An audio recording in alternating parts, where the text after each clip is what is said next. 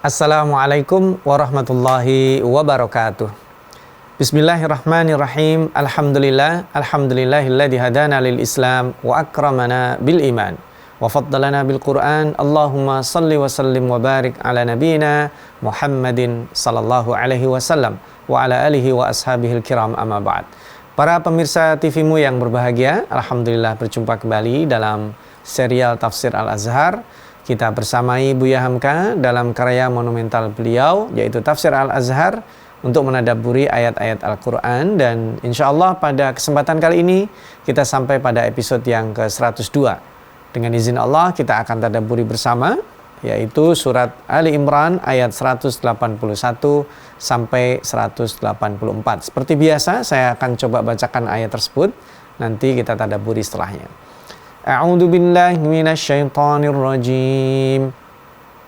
Laqad sami'a Allahu qaulal ladzina qalu innallaha faqirun wa nahnu aghniya. Sanaktubu ma qalu wa qatlahumul anbiya'a bighairi haqqin wa naqulu dhuqu 'adzabal hariq. Dzalika bima qaddamat aydikum wa anna Allaha laysa bidhallamin lil 'abid. Alladzina qalu inna Allaha 'ahida ilayna alla nu'mina lirasulin hatta ya'tiyana biqurbanin ta'kuluhun nar. Qul qad ja'akum rusulun min qabli bil bayyinati wa billadzi qultum falima qataltumuhum in kuntum shadiqin. Fa in kadzabuka faqad kudziba rusulun min qablika ja'u bil bayyinati waz zuburi wal kitabil munir. Artinya, sesungguhnya Allah telah mendengar perkataan orang-orang yang berkata bahwasanya Allah itu miskin dan kami kaya. Akan kami tuliskan yang mereka katakan itu dan juga pembunuhan mereka atas nabi-nabi dengan tidak wajar. Dan akan kami katakan, rasailah olehmu siksa pembakaran. Yang demikian itu adalah lantaran dosa yang telah dilakukan oleh tangan-tangan kamu. Dan sesungguhnya Allah tidaklah aniaya terhadap hamba-hambanya. Orang-orang berkata, sesungguhnya Allah telah memesankan kepada kami supaya kami tidak beriman kepada seorang Rasul kecuali kalau dia bawakan kepada kami suatu kurban yang dimakan oleh api. Katakanlah, sungguh telah datang kepada kamu beberapa Rasul sebelum aku dengan keterangan-keterangan dan kamu bunuh mereka jika memang kamu orang-orang yang benar. Nah, kalau benar, maka menjaga jangan kamu bunuh mereka jika memang kamu orang-orang yang benar. Maka jika mereka mendustakan engkau, sesungguhnya telah didustakan pula rasul-rasul sebelum engkau yang telah datang dengan keterangan-keterangan dan berbagai kitab yang menerangi. Para pemirsa, Buya Hamka meneruskan setelah pada ayat sebelum-sebelumnya. Al-Quran surat Ali Imran ini menjelaskan orang-orang bakhil. Maka pada kesempatan kali ini kedok orang-orang Yahudi itu dibuka kembali. Kalau kita pelajari pada pernyataan sebelumnya tentang karakteristik mereka yang negatif, ini ada karakteristik mereka dijelaskan dalam buku-buku tafsir. Di antaranya di sini disebutkan bahwa orang-orang Yahudi menginginkan diaktifkan kembali syariat kurban. Jadi syariat kurban ini hilang atau dihilangkan setelah datangnya syariat Nabi Isa alaihissalam, dan kemudian juga mengalami penyimpangan, dan kaum Nasrani menganggap tidak ada lagi kurban karena kurban besar sudah dilakukan oleh Isa al-Masih. Maka mereka datang meminta kepada Nabi Muhammad untuk dihidupkan kembali syariat kurban. Nah, Abu Bakar mendengar ini dan kemudian mereka ini orang-orang melecehkan, ya, menganggap syariat Al-Quran itu tidak sempurna, menganggap syariat Quran ini tidak seperti halnya Taurat yang dahulu mereka diberikan kepada mereka, masih banyak kekurangan dan seterusnya, hingga kemudian diajaklah salah seorang yang dianggap sebagai ulama Bani Israel atau orang Yahudi yang bernama Fanhas bin Azura. Diajak baik-baik untuk menghadap Rasulullah SAW, berguru dengannya, bertanya banyak hal tentang yang diinginkan, tetapi mengatakan sesuatu yang tidak terduga. Ini saya bacakan kata-kata Fanhas ya. Fanhas ini mengatakan kepada Abu Bakar begini, "Demi Allah, wahai Abu Bakar, bukan kami yang perlu Allah, tetapi Dia yang memerlukan kami. Bukan kami yang meminta bantuan kepadanya, tapi Dia yang meminta bantuan kepada kami. Kami lebih kaya daripada Dia. Kalau bukan begitu, niscaya Dia tidak minta pinjam kepada kami sebagaimana yang disebutkan oleh kawan kamu itu," yaitu Nabi Muhammad tentunya. "Kalian dilarangnya makan riba, tetapi kami tidak dilarangnya, sebab Dia amat memerlukan bantuan kami." Jadi pernyataan man dzalladzi yuqridullaha qardan hasanah, firman Allah itu dilecehkan. Mengapa Allah sampai meminjam? Nah, sehingga mereka tidak tahu kontekstualisasi dari ayat tersebut. Maka Abu Bakar yang sezaman pada waktu itu, kata Buya Hamka, pasti tahu benar watak Abu Bakar. Orangnya bukan pemarah, jarang marah, lemah lembut. Tapi mendengar Allah dan Rasulnya serta kitab sucinya dilecehkan, maka Abu Bakar seketika marah dan murka karena kekurangan ajaran yang ditunjukkan oleh Fanhas.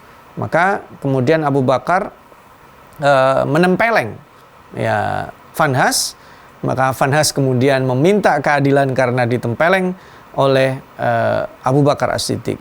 Maka kemudian Rasulullah bertanya kepada Abu Bakar, "Kenapa kamu tempeleng Fanhas?" Lalu Abu Bakar menjelaskan bahwa mulutnya terlalu lancang, amat jahat ya. Akan tetapi Fanhas kemudian mungkir dan mengatakan bahwa dia tidak pernah mengatakan seperti apa yang dituduhkan oleh Abu Bakar As-Siddiq. Maka Allah Subhanahu wa taala turunkan ayat ini. Ini menjadi latar belakang turunnya ayat, membuka kedok buruknya Fanhas dan juga orang-orang yang dikatakan sebagai orang alim, sebagai ulama Bani Israel. Insya Allah kita akan bahas kelanjutan dari kisah Fanhas yang memungkiri ketika Rasulullah SAW melakukan konfirmasi sebab Abu Bakar marah dan menempeleng Fanhas. Setelah jeda singkat yang berikut, insya Allah kita sambung lagi. Para pemirsa yang budiman dan berbahagia, memang orang-orang seperti Fanhas ini banyak ya. Jadi saat dia mengatakan sesuatu lalu dikonfirmasi, tidak mengatakan dan tidak ada bukti, maka Allah Subhanahu wa taala turunkan ayat ini untuk membuktikan betapa culasnya mereka, betapa curangnya mereka. Apa alasanmu berkata demikian? Ketika dikatakan bahwa mereka mengatakan Allah itu miskin, kami kaya. Sebenarnya alasan mereka seperti apa? Dan kenapa kemudian mereka tidak percaya kepada Nabi Muhammad SAW yang juga ciri-cirinya disebutkan di dalam Taurat ya. Sesungguhnya Allah mendengar perkataan itu. Dan Buya Hamka menarik, bukan hanya mendengar, tapi di sini menyambungkan dengan waqad selahumul anbiya bighairi haqq. Jadi Buya Hamka di sini menyambungkan, dan perkataan seperti itu tidak kalah jahatnya dengan dosa mereka membunuhi para nabi. Jadi yang mereka katakan hari ini itu setara dengan keburukan Bani Israel di masa lalu yang membunuhi para nabi-nabi mereka. Ya, mereka membelokkan firman Allah, mereka menentang, mereka adalah seolah-olah dengan perkataan itu tidak jahat, padahal itu jahatnya luar biasa. Nabi-nabi yang membawa ajaran mereka bunuh, dan itu juga sama saja. Kejahatan itu mereka lakukan hari ini pada saat diturunkannya Al-Quran itu dengan mengingkari dan mengolok-olok firman Allah Subhanahu wa taala. Maka ketika Allah katakan dzuqu adzabal hariq, ini juga setimpal bahwa keburukan yang mereka lakukan itu adalah bentuk bukan hanya kejahatan sosial, tapi adalah kejahatan yang bernuansa teologis yang mengakibatkan mindset mereka merendahkan orang-orang lain selain orang Yahudi. Nah, hal yang demikian itu Allah tegaskan karena lantaran mereka melakukan dosa dengan tangan mereka, Dan Allah tidak pernah menganiaya. Jadi kalau disebutkan di sini di ayat 182 penegasan dzalika bima qaddamat aydikum wa annallaha laisa bidzallamil lil abid, itu semata-mata juga ingin menegaskan bahwa Allah betul-betul menegakkan keadilan. Dan nanti di ayat-ayat berikutnya di sini Buya Hamka memberikan penjelasan bahwa bukan hanya pada kasus Fanhas saja, ulama-ulama mereka seperti yang dikutip oleh Al-Kalabi, juga Imam As-Suddi menyebutkan bahwa ada Malik As-Saifi, Wahab bin Yahuza, Ka'ab Al-Ashraf, Zaid bin Tabud, dan termasuk juga Fanhas, Huyai bin Akhtab. Mereka mendatangi Nabi Muhammad SAW dan mengkonfrontasi juga. Mereka mengatakan gini, kalau engkau mengakui dirimu sebagai Rasul, maka engkau datang membawa kitab, sedang di dalam kitab Taurat yang kami pegang ada tersebut bahwa kami tidak boleh langsung beriman saja kepada seseorang yang mengaku sebagai Rasul utusan Allah sebelum dia datang kepada kami dengan suatu kurban yang langsung dimakan api. Jadi ini permintaan yang direkam oleh Allah Subhanahu wa taala, persis seperti yang tadi disebutkan. Mereka mau percaya kalau seandainya syariat kurban itu dihidupkan, dan syariat kurban itu mereka ingin seperti syariat kurban yang lama, bahwa ciri-ciri kurban diterima itu dimakan oleh api. Nah, tentu saja tidak serta-merta keinginan mereka dikabulkan oleh Allah Subhanahu wa taala. Karena nanti juga ada syariat kurban.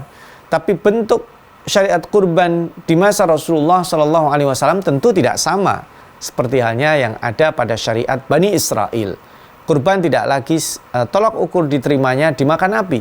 Tapi syariat kurban secara khusus dilaksanakan di masa atau pada saat turunnya syariat ini seperti yang kita kenal, yaitu penyembelihan terhadap binatang ternak yang khusus dilakukan dengan cara yang khusus pada waktu yang khusus, yaitu pada Yaumun Nahar tanggal 10 Dzulhijjah serta hari-hari tasyrik yaitu 11, 12 hingga akhir hari 13 Dzulhijjah.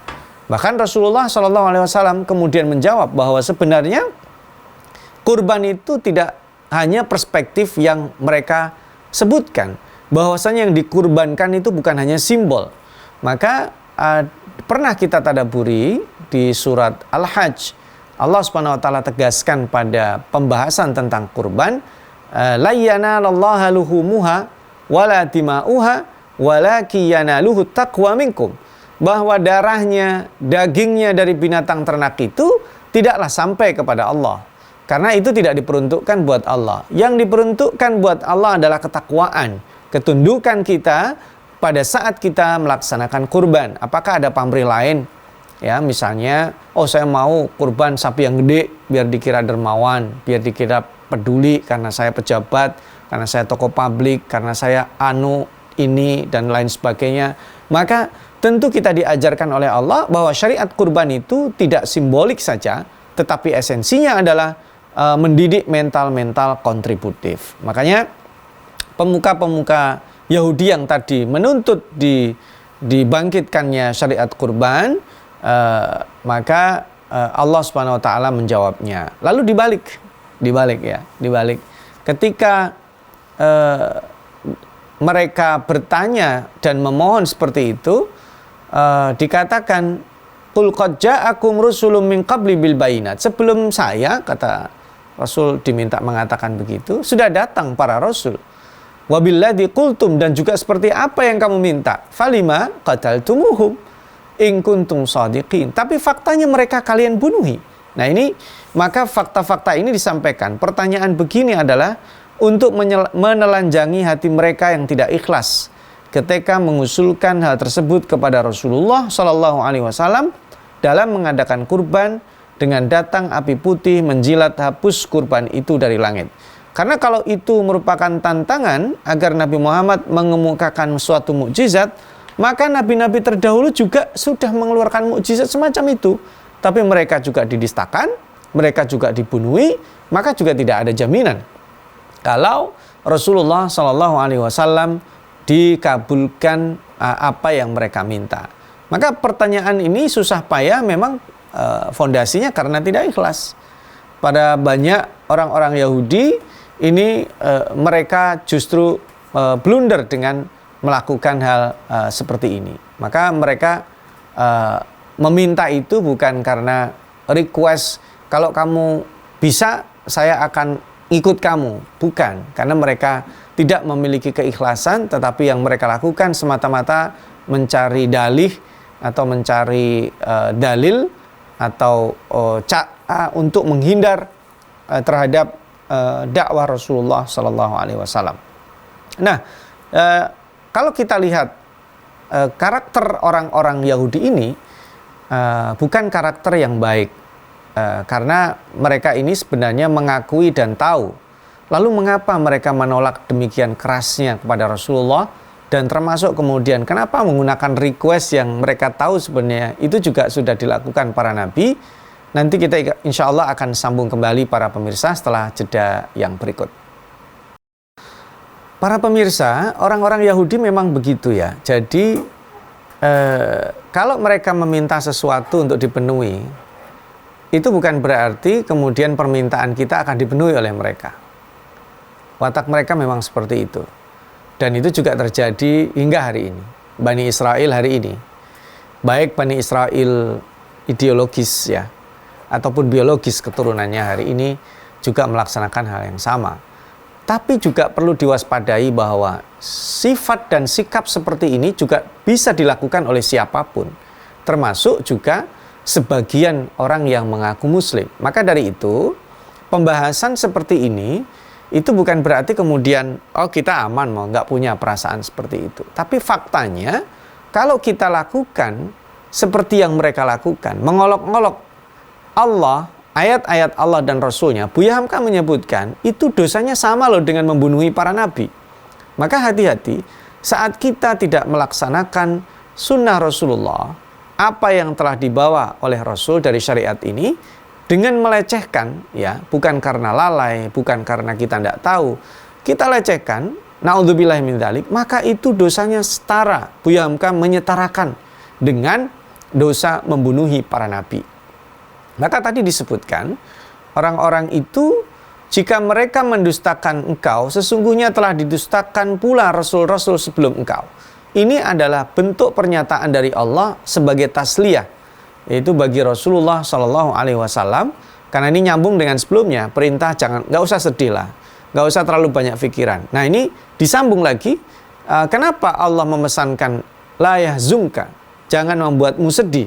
Di sini dikuatkan, sebelum kamu juga orang-orang itu didustakan. Bukan hanya didustakan, mereka dibunuhi. Ya, padahal mereka membawa mukjizat. Ketika mereka meminta mukjizat api putih menelan kurban atau meminta dihidupkan kembali, ya di sini ya, meminta hal-hal yang lain, ya, daging kurbannya dibagi dan seterusnya dipenuhi, mereka tetap saja kufur. Karena ingin hendak mendustakan dan memberi malu para nabi mereka. Niscaya sebagai manusia yang jujur dan yakin akan kebenaran risalah, Rasulullah Shallallahu Alaihi Wasallam berduka cita dengan sikap demikian. Maka wajar saja Rasul sedih, tapi Allah di pertemuan yang lalu sudah kita bahas bagaimana Allah perintahkan nggak usah sedih dan nggak usah bingung, sebelum kamu juga dilakukan hal yang sama. Padahal telah datang kepada mereka yang disebut dengan al-bayinat. Buya Hamka memaknai al-bayinat adalah keterangan baik lisan, seruan, atau termasuk ancaman, keterangan tentang surga, dan juga mukjizat. Itu disebut dengan al-bayinat. Kenapa al-bayinat? Karena semuanya jelas.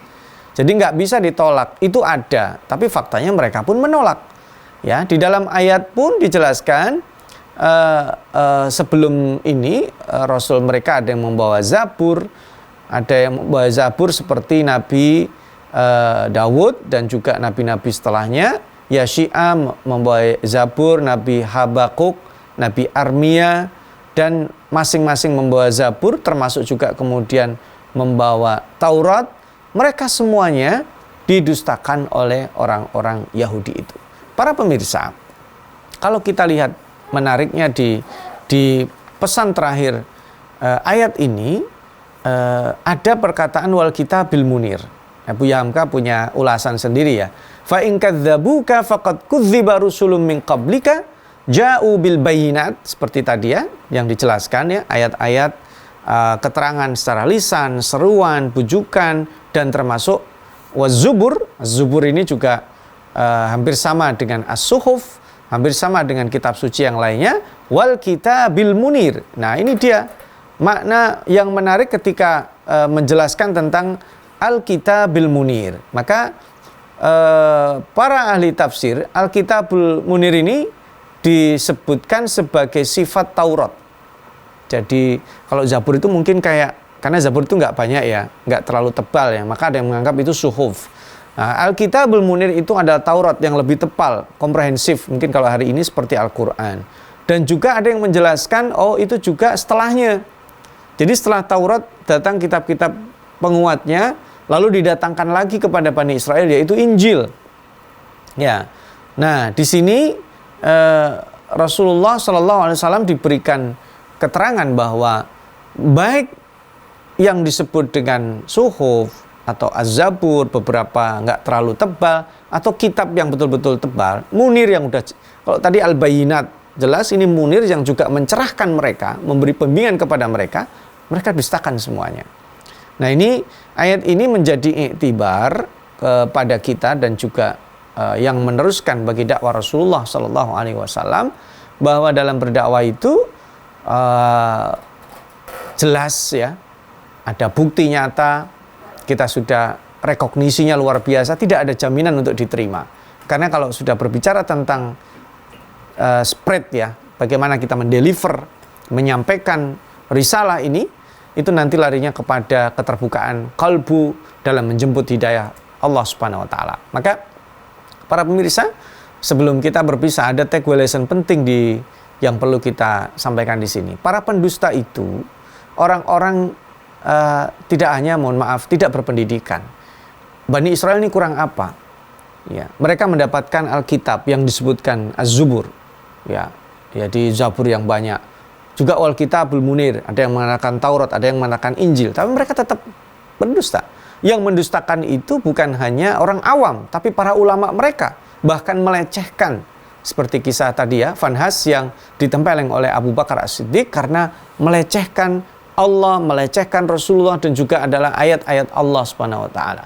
Maka dari itu pendidikan seseorang memang tidak bisa membuat dia beriman, tetapi dengan kita mau memahami, menelaah Al-Quran, itu lebih mudah untuk mendekatkan kita pada hidayah.